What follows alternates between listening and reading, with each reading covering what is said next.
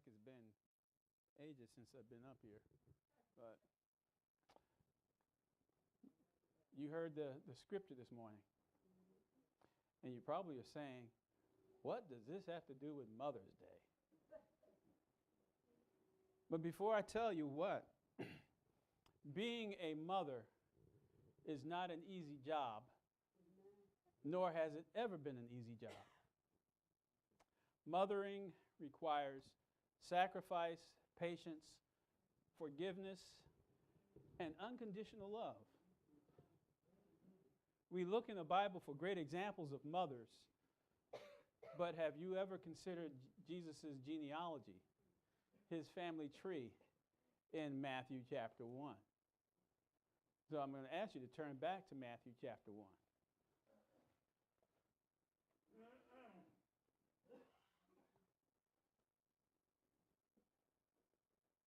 Let me set this up for you.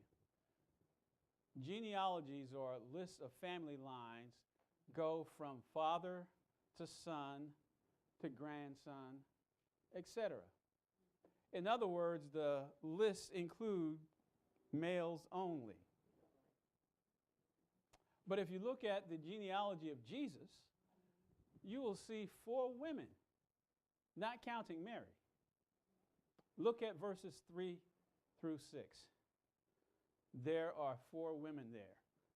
Verse 3, Judah begat Perez and Zerah by Tamar. Perez begot Hezron, and Hezron begat Ram. Verse 4, Ram begot Amminadab, Amminadab begot Nahshon, and Nahshon begot Salmon. Salmon begat Boaz by Rahab. Boaz begot Obed by Ruth. Obed begot Jesse, and Jesse begot David the king. David the king begot Solomon by her who had been the wife of Uriah. And that is who? Bathsheba. So there are 4 women mentioned in Jesus' genealogy. 4 women. These women mentioned in the genealogy means that they are mothers. Now, you should be astute enough, if you read the Bible, to understand that when you see something unusual, it should grab your attention and you should try to find out why it's there. Why are these 4 women mentioned in the genealogy of Jesus? It could have been written without their names being mentioned, right? Amen. But the fact that they are included should grab our attention. So what I want to do is to introduce you to 4 remarkable mothers. Allow me to tell you enough of their story so that I can explain why they are remarkable mothers. Their names are mentioned in Jesus' genealogy, but you have to go back into the Old Testament to understand their stories. Now, I will tell you where the story is found so that later on you can go and you can get the full account for yourself. But I'm going to tell you their stories and develop for you why they are remarkable mothers. We begin with Tamar, and I consider Tamar the determined mother.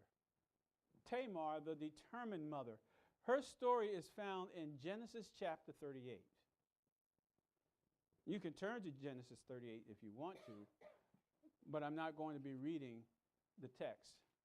Let me tell you the story, or enough around the story to understand why I consider Tamar the determined mother. Judah, one of the 12 sons of Jacob, married a woman, and he had 3 sons. The names of his sons were Onan, and Shelah. Now, married a woman by the name of Tamar. The scripture tells us that was a wicked man, so God killed him. Now, we're not going to get into these side stories, I don't know why God killed him, but God killed him. And so Judah takes his next son, Onan, and said, Onan, I want you to raise up a seed to your brother because he died without having a son. So Onan had to take Tamar, but he didn't want to raise a seed, a child, in his brother's name. And so he didn't do what he was supposed to do. You want the graphic details? It's found in Genesis 38. Because he refused to do so, God killed him. That's what the scripture says. God killed him. So now Judah's down to his last son, Shelah. Shelah is the youngest, and he's not of marrying age. So he tells Tamar, Tamar, wait until Shelah is old enough to be married to you, and I will give him to you.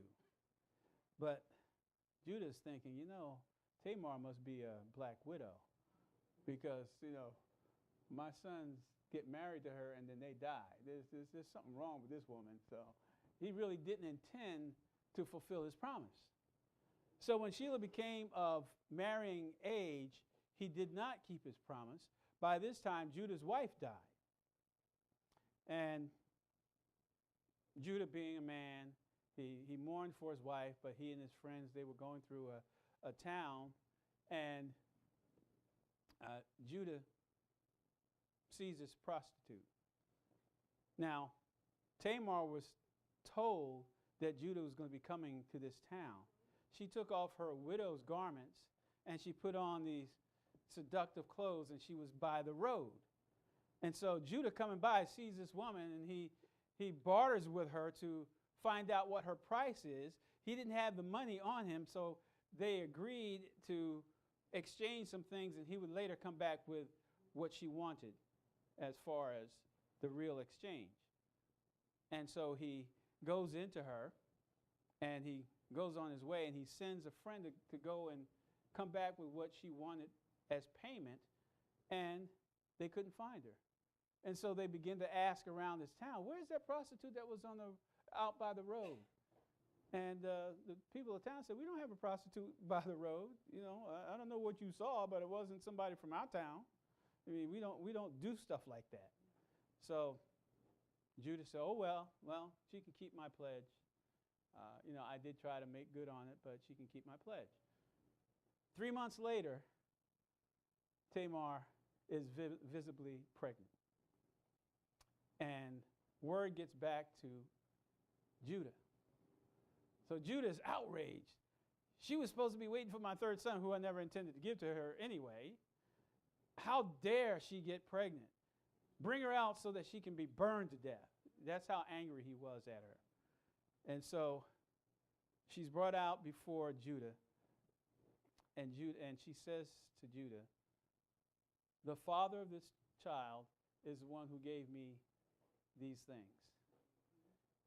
And Judah looks at it and realizes that they were his things. He realizes that he is the father. And you know what he says? Now this I do want you to read. Genesis chapter 38, verse 26. So Judah acknowledged them and said, she has been more righteous than I, because I did not give her to Shelah my son. And he never knew her again. Judah declares that Tamar was more righteous than he was. Now you have to understand something. When you are a woman back in Bible days, you wanted to be a mother. That was the most important thing for a woman. Every woman wanted to be a mother. And that was important for Tamar. But it was also important for Judah, because Judah was the son through whom the Messiah was going to be coming. And it's important for the family line to continue. Well, it wasn't going to go through he's dead. It wasn't going to go through Onan, he's dead. And apparently, Shelah was not God's choice. And so Tamar was determined to have a child. And if it wasn't going to be through Judah's son, then she decided it was going to be through Judah himself. Her becoming a mother worked out God's plan for Judah, even though that's not what Judah intended. The promise of a king in the line of Judah was important. Her actions were not the best or the most honorable, but she kept the bottom line in mind, which was to become a mother. Now, some women become mothers, and their actions were not the best at the time. But you need to keep the bottom line in mind. God has given you an opportunity to be a mother. What are you going to do with that opportunity? Are you going to be angry about it? Are you going to see the child as a millstone around your neck? Or are you going to see this as a blessing, and God is going to use you to impact the life of that child? If you want to be a remarkable mother, remember that a remarkable mother has determination. The second mother mentioned in Jesus' genealogy is Rahab. And I consider Rahab the believing mother. Her story is found in Joshua chapter 2. If you know anything about the Old Testament, you know that Joshua is the general who led the children of Israel into the promised land after Moses died. The first city that they come to is Jericho. And you've probably, if you went to Sunday school, you know, Joshua fit the battle of Jericho and the walls came tumbling down. I mean, you know, you've heard that. But before Joshua and the army of Israel came to Jericho, Joshua sent out 2 spies to spy the city out. And the 2 spies went to the popular place in town.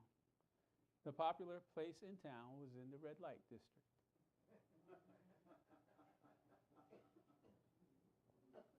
Now, this red light district happened to be on top of the wall of Jericho. They had this huge wall that surrounded the city, and the wall itself was wide enough for them to build houses on it. And Rahab, she's always called Rahab the harlot.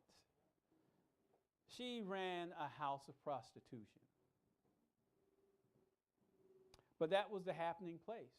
That's where the men, of course, that's where the men would gather. That's where they would talk. That's where they would do their thing. So the 2 spies, they find what the hot spot is in the city, and they're kind of directed to Rahab's place. Rahab recognizes that they are from Israel. And you know what she says? She says, I know that God has given you this. I know this. Look at Joshua chapter 2, verse 11. And as soon as we heard these things, our hearts melted. Neither did there remain any more courage in any because of you. For the Lord your God, he is God in heaven above and on earth beneath. Now that is a powerful statement of faith. She is saying, I have believed in the gods of my people, but we heard about what your God has done. We heard that it's been 40 years, but we've been keeping tabs on you. We know how you defeated Egypt. We know how he parted the Red Sea. We know about you beating up Amalek out in the wilderness and taking on Og and defeating him, and Sihon and defeating him, and now you're on the doorstep of our country. And we know that you're going to come in like a storm. She says, I believe in your God. And so she says, when you come and defeat my town, I ask for one thing. Save me and my family.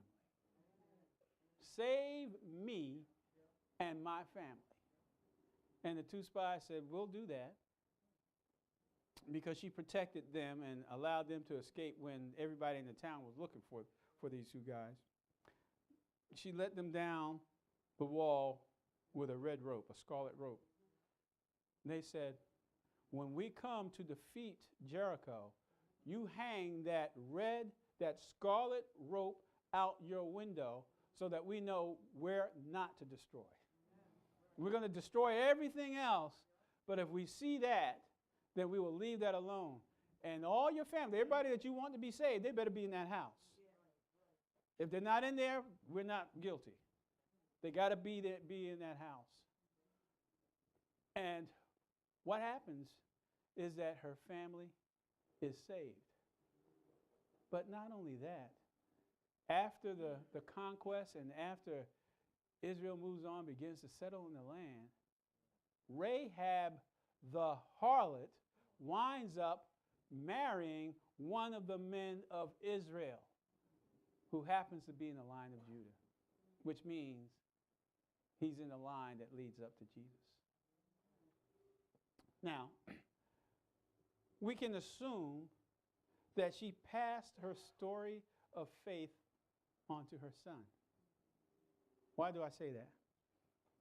Because you know the name of her son? Boaz. Do you realize that Rahab is the mother of Boaz? And you know Boaz from the story of Ruth, right? And if you know anything about Boaz, you know he had compassion for foreigners. Where did he get that from? He got it from his mother, didn't he? Because she was a believing mother.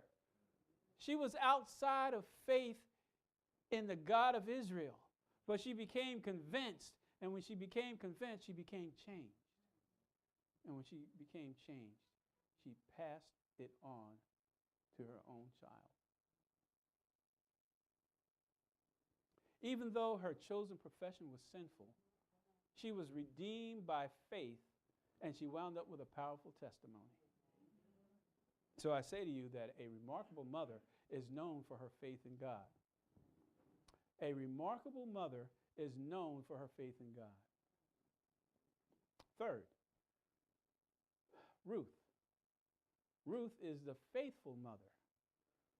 Now, you turn to the book of Ruth, and her story is laid out. And obviously, again, we're not going to read through the entire book of Ruth, but allow me to tell you enough of her story.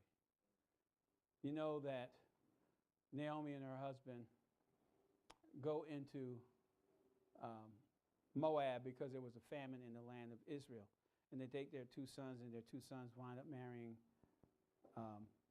Moabite women, marrying outside the faith. And Naomi's husband dies, and then her two sons die. And so it's just Naomi and her two daughters-in-law, Orpah and Ruth. She tells them, go back to your father's home because I ain't got nothing for you. I'm here by myself. I'm going to go back to my country, and I don't even know what I'm going back to. So don't you hang around with me. You just go back and find somebody else to marry and move on with your life. And Orpah listens. Ruth doesn't. Ruth says these words in chapter 1, verses 16 through 18. But Ruth said, entreat me not to leave you or to turn back from following after you. For wherever you go, I will go. And wherever you lodge, I will lodge. Your people shall be my people, and your God, my God. Where you die, I will die, and there will I be buried. The Lord do so to me, and more also, if anything but death parts you from me. Now that sounds like a faithful woman. She was a faithful daughter-in-law. Now I know some of you can talk about your in-laws, and your in-laws are outlaws, and mothers-in-law and daughters don't work out too well together. But this is a different story. Ruth was so dedicated to Naomi, she would do anything Naomi wanted.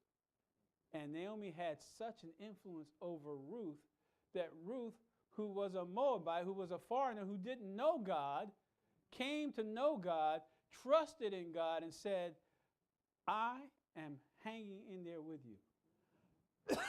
You go to the left, I'll go to the left. If you're going back to Israel, I'll go with you. Even though I'm a Moabite, I'm going to change my religion. I'll become an adopted Israelite. I'm going to follow your God because of the influence that you've had on me. So she sticks by Naomi, and Naomi tells her what to do. And then there's this dude that was checking her out. Boaz was checking Ruth out and saw the way that she ministered to Naomi, that she was willing to do anything for her mother-in-law. And you know how it is. You get the violins and the music, and they wind up getting married, you know. I'm not going to go into all the details. They get married. But here's something, as I was preparing this message, that jumped out at me. Ruth chapter 4, verse 12. This is after they've gotten married. Ruth chapter 4, verse 12. May your house be like the house of Perez, whom Tamar bore to Judah, because of the offspring which the Lord will give you from this young woman. Now, there's a mention of Tamar. And the women are saying to Boaz, may you and your family be blessed, even as Tamar was blessed. Now, you remember Tamar, she deceived Judah in order to have a child. But God blessed it. And these people are saying, Boaz, may you be blessed in the same way because of you marrying Ruth. Now, Ruth allows Naomi to help raise her son. You see that in verse 16 of chapter 4. And I'm sure that was a joyful thing for Naomi, because both of her sons died, and now she has this grandson that she can take care of, and his name is Obed. But we can assume that Ruth modeled her faithfulness to her son, Obed. Just as she stuck in there with Naomi, she modeled that before her son, and he had to catch it. Things changed for Ruth when she became committed to God. Do you understand that? She was a Moabite, but when she became committed to God and showed her faithfulness to her mother-in-law, things changed. A remarkable mother is known for her faithfulness. Finally, we come to probably the most interesting of the four, and that is Bathsheba, the defending mother. It's quite interesting that in Jesus' genealogy, her name is not even given. Her who had been the wife of Uriah the Hittite. And we know that's Bathsheba. This is one of those blotches on David's ledger. You can find the story in 2 Samuel chapter 11 through chapter 12, verse 24. And then we're going to look at 1 Kings chapter 1. Let me just cut to the chase. David should have been out with his army. He stayed back in his kingdom, and he went up on the roof of his palace, and he was surveying the whole town. And next door, there was Bathsheba taking a bath on her roof. Why? I can't give you an answer. I don't know why she was doing it. Was that something she always did? Or was she trying to catch his eye? I don't know. The Bible doesn't tell us. But the fact is, she caught his eye. And so he has her brought to the palace, and he has a sexual relationship with her. And so, you know how guys are. Okay, go back. But she sends a message to him saying, I'm pregnant. Oh, well, I wasn't expecting this. So he sends for her husband to come from the fighting, to come home. And he's hoping that, he won't pay so much attention to the timing, and, he'll go home and spend some time with his wife, and, then he'll go back and, he'll think that the child is his. Well, when Uriah came home, he was so committed to fighting that he wouldn't go home to enjoy his wife. So he stood right, he camped right by the palace. And David walked out. What's this guy doing here? He should go home. He didn't want to go home. And David tried getting him drunk. He tried everything he could to try to get him to go home, and he wouldn't go home. So David came up with another plan. He says, okay, I got to get rid of this turkey. So he gives Uriah a note and tells him to give it to General Joab. In that note, it says, put Uriah at the hottest place of fighting, and then withdraw the men. In other words, let the enemy kill him. And so Uriah dutifully does what he was commissioned to do. Joab does what he was instructed to do, and Uriah is killed. Now you can say that I believe it was the Philistines. The Philistines killed him, but no, it was David. David put out a contract on Uriah. And so once he was dead, then David allows Bathsheba to mourn for a little while for her husband, and then he marries her. So he thinks everything is covered up now. Nobody will ever know. This is our secret. Well, God knows. And what happens is when a child is born, God sends Nathan, the prophet, to David. Now, to be a prophet was a dangerous thing, because the prophet always would tell the kings when they messed up. And most kings weren't happy to be corrected. So your life could be cut short. So Nathan had to be kind of careful what he said to David. He didn't come to David and say, David, God told me that you committed adultery. Instead, he tells David a story. And I won't go into the story, but it's a powerful story. And the bottom line, the punchline is, after he gets David all worked up and angry, and David says, that guy should be killed, and blah, blah, blah, blah. He looked at David, pointed his finger, and says, you are the man. And David realized that his secret was out in the open. God knew. The consequence was that child was taken, lived for 7 days, and then died. But God gave to David and Bathsheba a second son. His name was Solomon.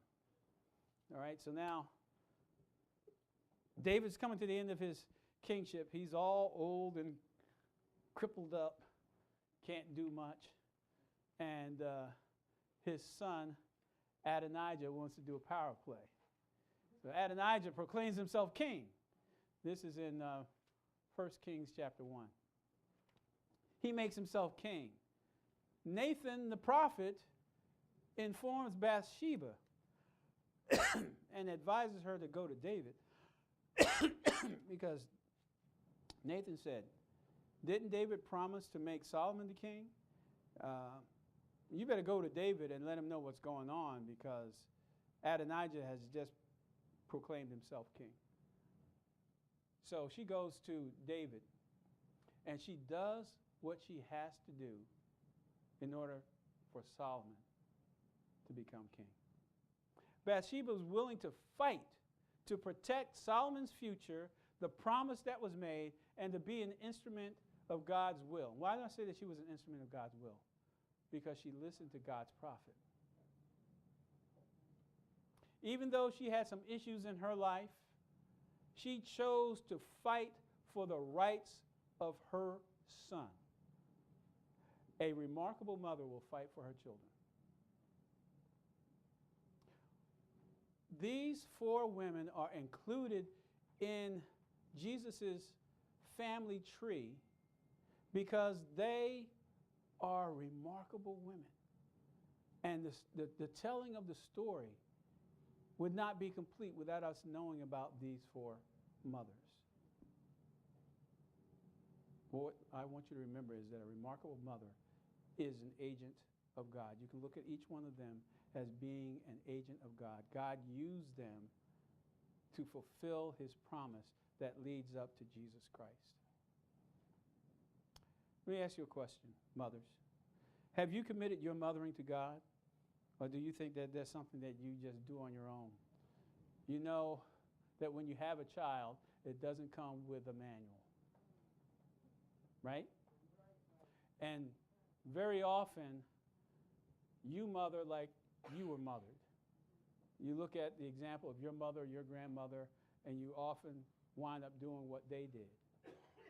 Have you committed your mothering to God? Are you acting as his agent? Can your children see your faith in him? I want to encourage you to be a remarkable mother. And the way to be a remarkable mother is by acting as God's agent. Let him guide you. Let him direct you in the way that you are to raise up your child. Don't listen to the psychologists on TV and don't, some of those shows, please. They'll ruin your children. You can't always listen to the advice of people that you know and those kinds of things. You need to go to God. You need to say, Lord, I want you to guide me. I want to be the best mother that I can be. And I want to be your agent. But if you've never placed your faith in Jesus, what are you waiting for? Do so today so that you can change in your mothering. The change that happens in your life will also happen in the way that you are as a mother. But you don't have to be a mother to benefit from this message. You can have tremendous impact in the lives of others by being determined, having and sharing your faith, and being faithful and willing to defend those who you have an opportunity to protect. 4 remarkable mothers. May we learn from them. Let's pray.